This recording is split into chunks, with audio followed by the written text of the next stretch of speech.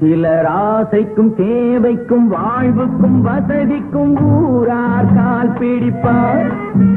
ஒரு மானம் இல்லை அதில் ஈனம் இல்லை, அவர் எப்போதும் கால் பிடிப்பார். முதல்ல ஒரு பதவிக்கு வரும்போது பணிவு வர வேண்டும், ஒரு துணிவு வர வேண்டும்.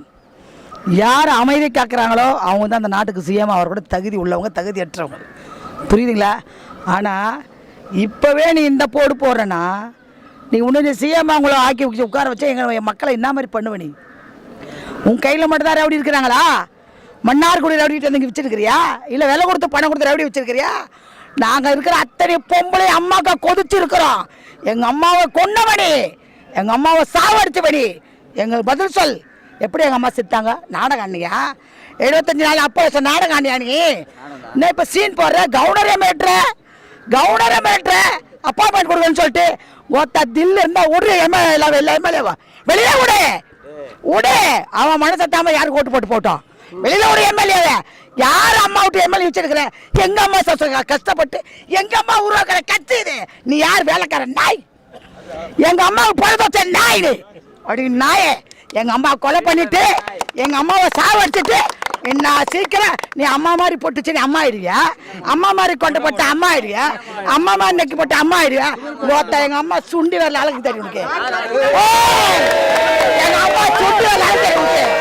யார் கையில பேசுற? மோதி பார். அண்ணா திமுக மறுபடியும் மோதி பாரு. உன் ரவுடி அனுப்பி என்ன ஒருத்த கேட்ட மோதி பாரு. ஒருத்த மோதுற இல்லைன்னா மோதுற முதலமைச்சர் கையெடுத்துருவானா? முதலமைச்சர் கால ஒருத்த தில்லு இருந்தா பேசு மோதி ஒருத்த போன்ல என்ன உனக்கு மைக்கில் என்ன பேசுற? யார சீன் போடுற? நீ துண்ண சோத்துக்கு வழியில்லாதவனி. எங்க இருந்தா ஓடி இருந்தா? எங்க தங்கி இருந்தா? யாரை பார்த்து ஓடுதான்னு கேட்குற? நீ ஓடுன நாட்டில் யார்? நீ கருணாநிதி வீட்டில் வேலை செஞ்சு நான் சிஎம் ஆயிடுவாளா? காமராஜ் வீட்டில் வேலை செஞ்சு சிஎம் ஆயிடுவாளா? புரட்சி தலைவர் கிட்ட வேலை செஞ்சு சிஎம் ஆயிடுவாங்களா? ஓத்த சீடி வித்த சிரிக்க முன்னாடி சிஎம்.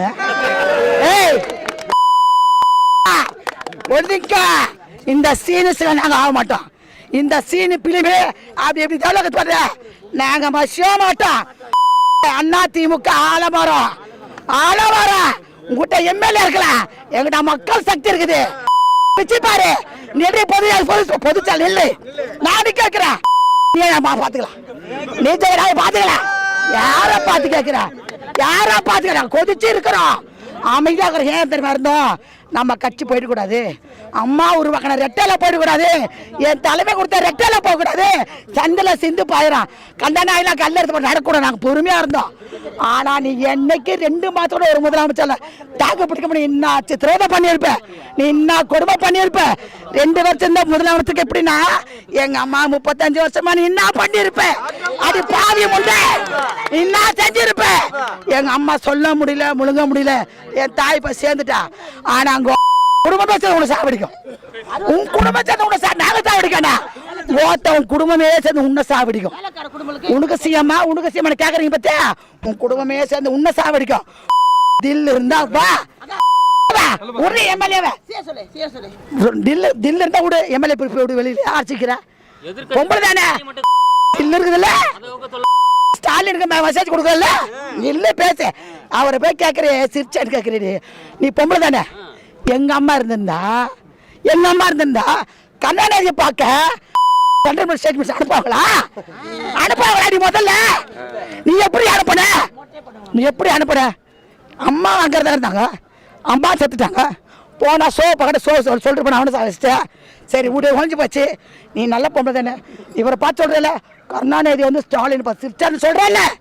நீ சொல்றல நீ நல்ல பொம்பளை தானே. ஸ்டாலினை பார்த்து முதலமைச்சர் சிரிச்சான்னு சொல்றல. அப்ப எப்படி நீ வந்து கருணாநிதி பார்க்க தம்பி தர ஜெயிக்க மாதிரி அனுப்புன? அப்ப உனக்கு என்ன உறவு? உன் தாலி கட்டிச்சாரா? 2வது புருஷன் தாலி கட்டிச்சாரா? அந்த அனுதாபமா உன் கதை நாரிப்படும். ஜாக்கிரதை. ஒழுங்கா ஒதுக்க வருது ஓலை. உனக்கு பத்திரி ஓலை வருது. அடுத்த வாரம் நீ ஜெயிலு பாக்குறியா? சத்தண்டி பெருமாள் மேல சத்தியம். என் புரட்சி தலை மேல சத்தியமா சொல்றேன். அடுத்த வாரம் ஜெயில இருப்பான்.